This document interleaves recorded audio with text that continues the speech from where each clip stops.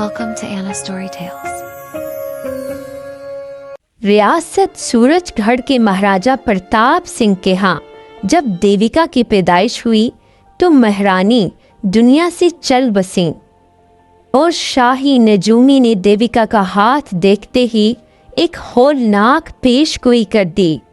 महाराज, इस बच्ची के नसीब में एक काला साया है।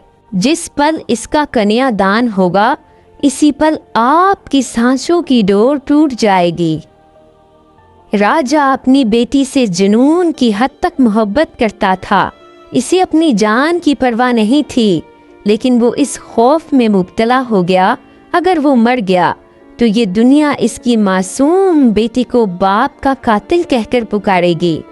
वो नहीं चाहता था कि देविका सारी जिंदगी इस पछतावे की आग में जले कि इसका सुहाग इसके बाप की मौत पर बसा है। इसलिए इसने एक कठोर फैसला किया कि वो देविका को कभी ब्याह कर खुद से दूर नहीं करेगा ताकि वो इस बदनामी से बची रहे। महल के एक अलग थलग हिस्से में जहां ऊंची ऊंची दीवारें आसमान से बातें करती थीं, देविका की जिंदगी एक सुनहरी कैद बनकर रह गई थी। वहां एक मसनूई तालाब था जिसका ठहरा हुआ पानी देविका की खामोश जिंदगी की अक्कासी करता था। देविका अक्सर तालाब के किनारे बैठकर पानी में गिरते हुए पत्तों को देखती और सोचती, क्या मैं वाकई ही इतनी मनहूस हूँ कि मेरी खुशी मेरे बाप की जिंदगी छीन लेगी। महल की दीवारों ने इससे इसका बचपन, इसकी सहेलियां और इसके ख्वाब सब छीन लिए थे।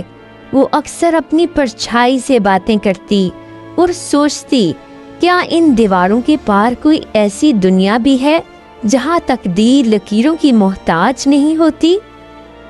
देविका की इस खामोश दुनिया में एक दिन हलचल पैदा हुई। पड़ोसी रियासत का शहजादा वेवान, जो अपनी निडर तबीयत और बहादुरी के लिए मशहूर था, इस कहानी की तरफ खिंचा चला आया। वेवान सिर्फ एक जंगजू नहीं था, बल्कि वो इंसानी इरादों की ताकत पर यकीन रखता था। जब से इसने सुना था कि राजा ने महज एक वहम की बुनियाद पर अपनी बेटी की जिंदगी को कैद कर रखा है, तो इसने एक माली का भेस बदला। वह खामोशी से सूरजगढ़ के बागात में काम करने लगा। इसका मकसद इस झूठे शराब के पीछे छुपी हकीकत को बेनकाब करना था। एक शाम जब सूरज गरूब हो रहा था, देविका तालाब के पास बैठी अपनी तन्हाई का मातम कर रही थी। अचानक इसे बांसुरी की मधुर धुन सुनाई दी जो दीवार के इस पार से आ रही थी। वेवान ने दीवार फैलांकी और देविका के सामने आ खड़ा हुआ। देविका चौंक गई। तुम कौन हो और इन दीवारों को अबूर करने की जुर्रत कैसे की? वेवान ने मुस्कुराकर एक फूल इसकी तरफ बढ़ाया और कहा, शहजादी, आपकी कैद इन दीवारों में नहीं, आपके बाप के डर में है।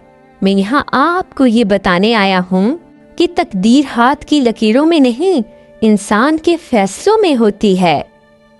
इसी दौरान महल की तारीक गोशों में राजा का भाई चक्रवर्ती अपनी साजिश बुन रहा था। वो तख्त का भूखा था और जानता था कि राजा की मौत सिर्फ तभी मुमकिन है जब देविका की शादी की रस्म शुरू हो। इसने राजा को आहिस्ता आहिस्ता एक ऐसा जहर देना शुरू कर दिया था जो खून के तनाव में दिल की धड़कन को रोक देता है। चक्रवर्ती ने राजा को जज्बाती तौर पर ब्लैकमेल किया, भाई साहब, अब आपकी तबीयत ठीक नहीं रहती, क्यों ना अपनी जिंदगी में ही देविका का हाथ मेरे बेटे के हाथ में दे दें। शायद इस कुर्बानी से आपकी बेटी को एक सहारा मिल जाए। राजा अपनी बेटी के मुस्तकबिल की फिक्र में इसकी जहरीली तजवीज़ को मान गया और ज़बरदस्ती शादी का हुक्म दे दिया। वेवान को शक हो गया कि राजा की बीमारी कुदरती नहीं है। इसे पता चला कि इस जहर का तोड़ सिर्फ सूरजमुखी मणि से मुमकिन है जो काले जंगल में रहने वाले काल भैरू बाबा के पास है। विवान बाबा के पास पहुंचा, जो इसके खानदान के पुराने कदरदान थे। बाबा ने विवान को मनी देते हुए खबरदार किया, बेटा, ये मनी सूरज की पहली किरण के साथ ही असर दिखाती है। तुझे कल का सूरज निकलने से पहले मंडप पहुंचना होगा, वरना राजा की सांसें हमेशा के लिए थम जाएंगी। शादी की रात आ गई। महल में बज़ाहिर खुशी थी, मगर हर तरफ मौत का पहरा था। देविका के हाथों की मेहंदी इसे किसी खून की तरह लग रही थी। चक्रवर्ती का बेटा, जो दुल्हा बना बैठा था, मक्काराना नजरों से राजा की तरफ देख रहा था, जो जिंदगी की आखिरी लड़ाई लड़ रहे थे। पंडित ने जैसे ही आखिरी फेरे के लिए कहा, राजा का जिस्म नीला पड़ने लगा।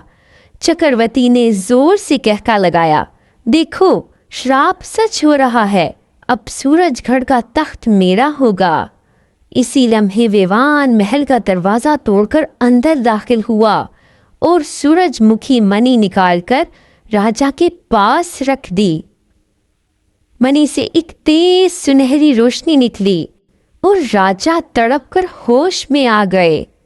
राजा की आंखें खुली तो उन्होंने सबके सामने चक्रवर्ती की गद्दारी का सच सुन लिया।